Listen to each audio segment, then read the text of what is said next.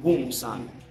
Unapoona kazini kwako hali inakuwa mbaya, shuleni, kwenye familia, kwenye huduma, kwenye biashara, hata kwenye mipango yako unayoipanga, kwenye ndoto zako, unaona mambo yanakuwa magumu sana, tambua ya kwamba umekaribia kufika.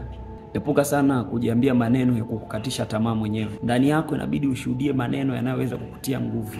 Hata kama umeona hali imekubana kiasi gani, hata kama unaona hali ni ngumu kiasi gani, kuna fimbo ambayo Mungu ameiweka mkononi mwako, ambayo ndio alimuuliza Musa, Musa, mkononi una nini? Mungu alimuuliza Musa, unanililia kwa nini? Musa, unalia kwa nini? Kwani mkononi una nini? Ndipo pale Musa akasema, mkononi na fimbo. Na mimi nakwambia leo kuna kitu ambacho Mungu ameweka mkononi mwako cha kuvuka katika hilo jaribu. Kuna kitu ambacho Mungu ameweka mkononi mwako kwa kuvuka katika hiyo kazi yako, katika hiyo biashara yako, katika familia yako. Unapitia mambo magumu sana. Uende unaona kabisa umekuwa peke yako duniani. Kuna watu wamekata tamaa mpaka wanaona watu wote wamewatenga, lakini sio kweli. Yupo Mungu ambaye ameweka kitu juu yako, ambayo hiyo ni fimbo inaweza kukuvusha. Na Bwana anatamani uitambue kwamba umebeba nini mkononi. Na mimi leo nakuuliza, umebeba nini? Hicho ulichokibeba ndicho kitakachoweza kukuvusha katika hilo jaribu lako. Kitaweza kukuvusha katika hiyo hali unayoikatia tamaa. Unapokata tamaa hakuna kufanikiwa. Unapokata tamaa hakuna kupambana. Unapokata tamaa kuna kurudi nyuma. Nilikuwa na mwalimu wangu darasani siku moja akaniambia, palikuwa na mtu mmoja alikuwa akipanda gorofa. Na gorofa hizi zilikuwa 100. Akaanza kupanda gorofa ya kwanza, pili, ya tatu, mpaka akafika gorofa la 99. Alipofika kwenye gorofa hilo la 99, huyo mtu alisema kwamba nimechoka.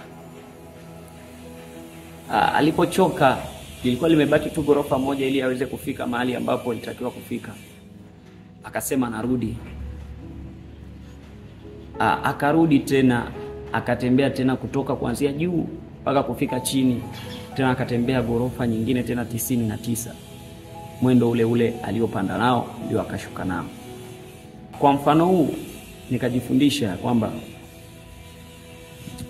usikate tamaa. Usikate tamaa. Unapoona mambo yanakuwa magumu sana, unapopitia changamoto, nguvu zinakuisha, unaona kabisa watu wote wamekutenga, unaona unapitia nyakati ngumu, marafiki wanakuacha, watu ambao walikuwa wanakutia nguvu wanakuacha, mambo ambayo ulikuwa umeplani hayajaenda kama vile ulivyopanga, umetaitiwa kabisa, wanasema maji yanafika kwenye koo. Tambua kabisa umekaribia kufika mahali ambapo unatakiwa kwenda. Huyo mtu alikata tamaa mahali ambapo amefika mwisho kabisa wa gorofa. Na alikuwa limebaki gorofa moja tu aweze kufika katika gorofa la 100 ambapo ni sehemu ambapo anaenda. Na wewe uenda umekata tamaa mahali ambapo ilitakiwa kabisa upambane na uendelee kung'ang'ana hapo ili ufike mahali ambapo ni sahihi kwa mafanikio yako.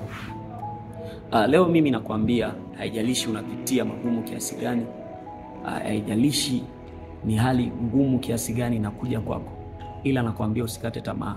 Mungu atakuvusha. Kuna jambo ambalo ameweka mkononi mwako.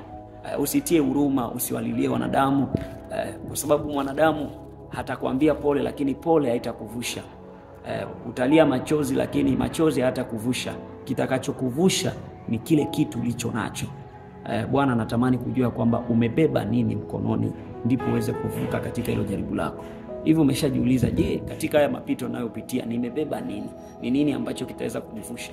Musa alipopitia nyakati ngumu alikuwa na fimbo mkononi. Je, wewe una nini? Ni nini ulichokibeba ambacho kitaweza kukuvusha katika hilo jaribu lako? Leo nilikuwa nakukumbusha kwamba kuna jambo ambalo Mungu ameliweka kwako. Hata kwa hilo jaribu utavuka. Utavuka. Kwa sababu kuna fimbo ambayo Mungu ameiweka. Na fimbo hii ni kile kitu ambacho huenda unakidharau, unakiona cha kawaida. Wana wa Israeli hawakuiona fimbo ya Musa. Huenda hata watu wengine wanaitazama katika hali ya ukawaida sana. Wana wa Israeli hawakujua kwamba kuna kitu cha thamani ambacho Musa amekishikilia mkononi ambacho kinaweza kuwavusha. Leo nakwambia, hata kama watu wanaona mambo yako hayana thamani, vitu unavyofanya vina thamani, lakini hicho ndicho kitakachoweza kukuvusha katika jaribu lako. Tuzidi kujifunza, kuna cha kujifunza.